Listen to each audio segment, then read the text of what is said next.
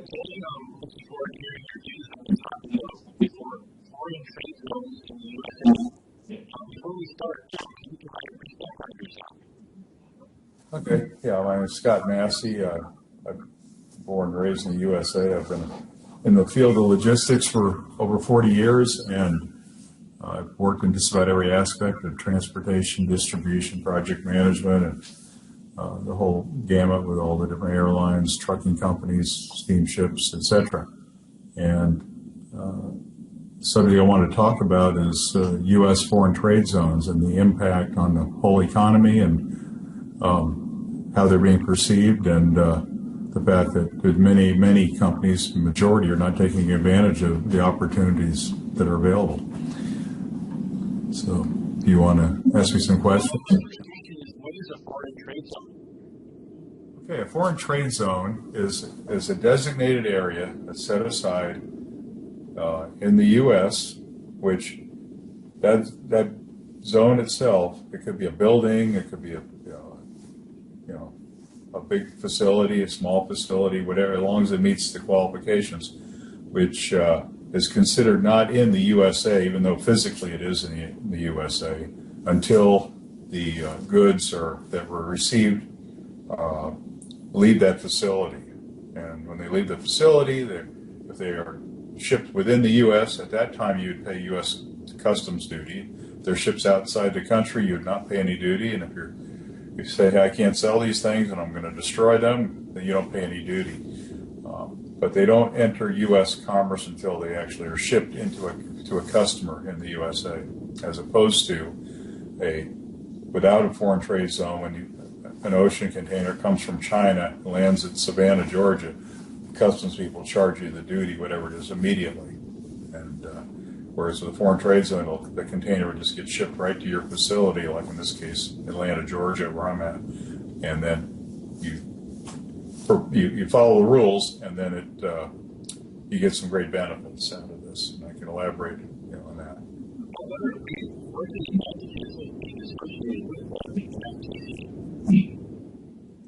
There's some really great benefits, and I'll just kind of give you an overview.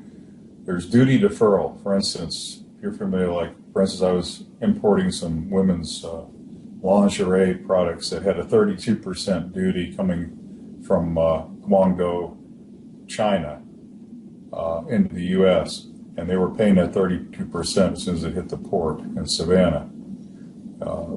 So they don't pay the duty until they sell those products, and they may never sell them. So there's a duty deferral, in this case, quite a substantial amount of money. Each country has different duty rates, but it's typically anywhere from 10 to 20, sometimes 50% duty, depending what it is. And also, when you ship out of the country, you don't pay duty.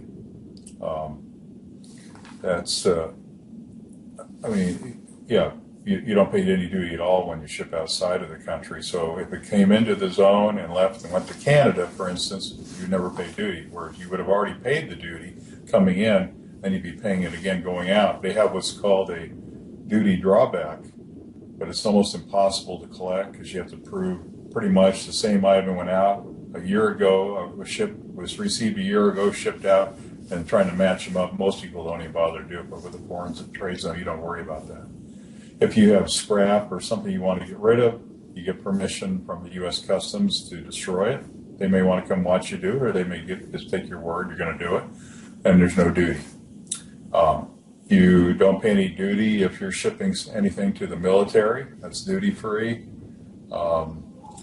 There's an advantage also called the inverted tariff relief rate. That has to do with where foreigners that are shipping to the U.S., say they're shipping cups and saucers and calling it a serving set, and they pay 10% duty, but the U.S. company buying those saucers and cups from different places are paying a higher duty, possibly because each one's on its own rate.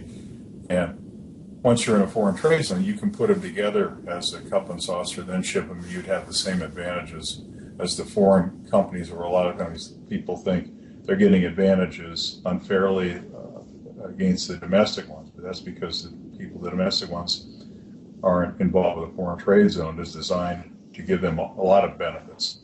Another benefit is there's no time limit. They can sit in storage for 5 years, doesn't matter, 10 years, and you don't pay any duty until it moves out. You get faster service because as soon as that container hits the port, it gets shipped right to your facility. Sometimes containers can sit at a U.S. port 2 or 3 weeks before they can move. There's another big advantage called duty entries.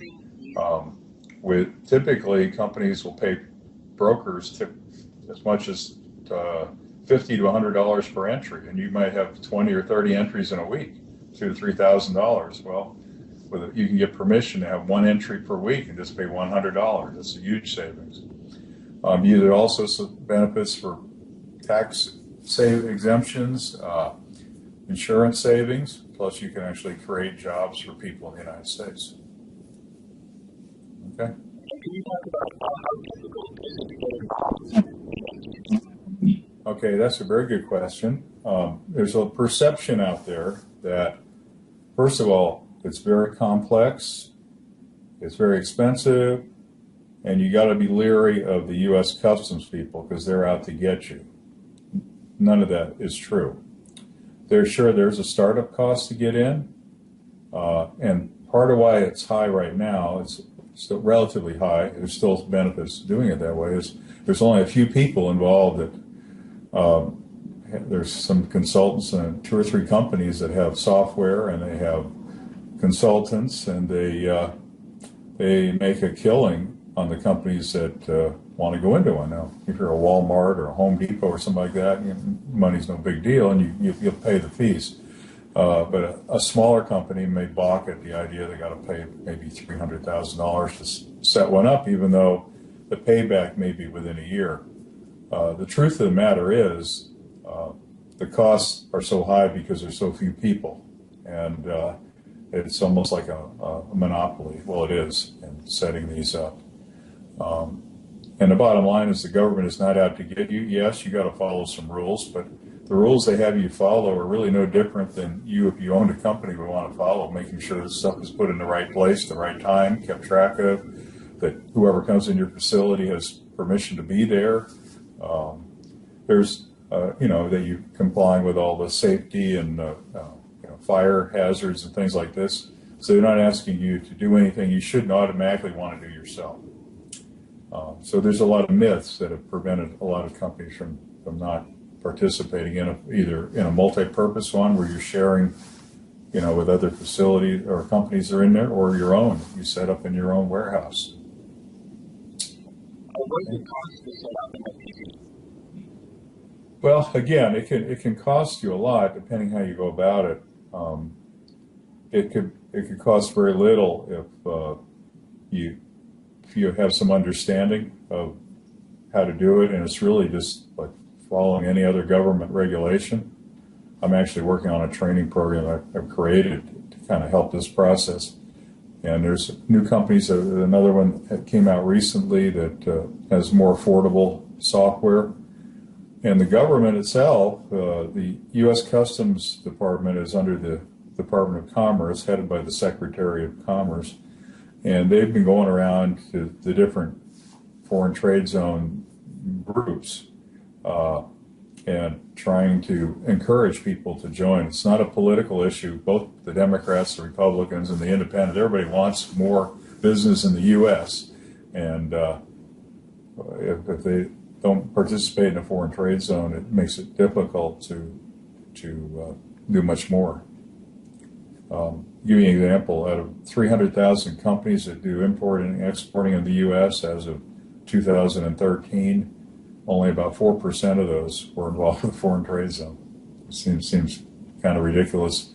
And the foreign trade zones have been around technically since 1789, but more heavily since 1934. Some of the auto companies were the first ones, to get involved with that. But it's really not that difficult, and it could be a lot easier than people think.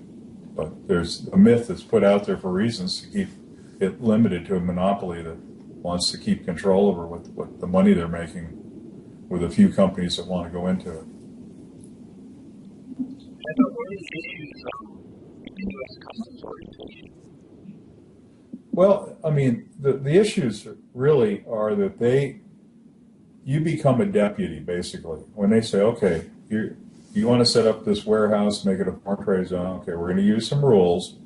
Like, you know, you got to keep the place secured. You got signs there saying you're going to go to jail for 20 years if you break in and steal something or conduct some illegal activity like importing drugs into one, something like that. You know, people come in, they have to sign a logbook. You got to keep track of that. There's some administrative stuff. Typically, at the most, you might have to hire one person. But all in all, what they expect you to do, because they consider until you paid the duty, they consider the goods belong to them. You owe them money. But there's really nothing wrong with that. I mean, if you make mistakes, they're not going to throw you in jail. Especially you bring it to their attention. And if you made a mistake and they caught it, oh, you missed one of these items, you got to pay duty on that one. As long as there's nothing that's considered to be, you know, flagrant or, you know, or somebody's trying to take advantage of the system. There's human errors and mistakes, and those get adjusted. And if you're doing well, you may see them once a year, have a visit, tell them everything's fine. So they really want to be your friend and your enemy. But a lot of people always think the government's always the enemy. It's not true. And where do you learn how to set up an FTZ? So, Where do you learn how to set up an FTZ? you're breaking up, Dustin. Can you hear me? You're kind of choppy.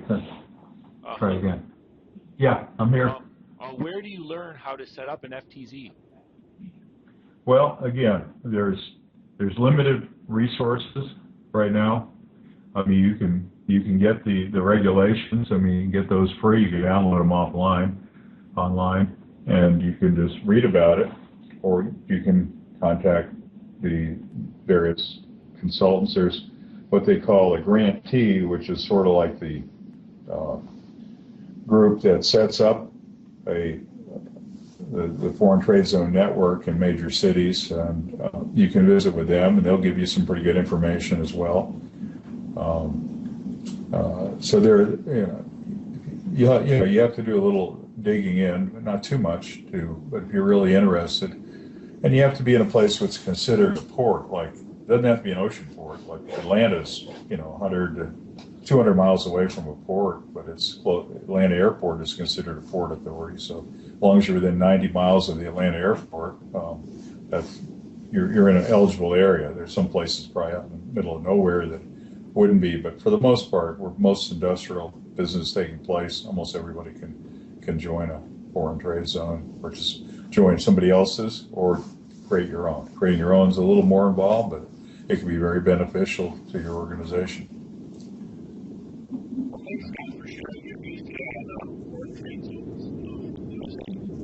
Okay, you're quite welcome.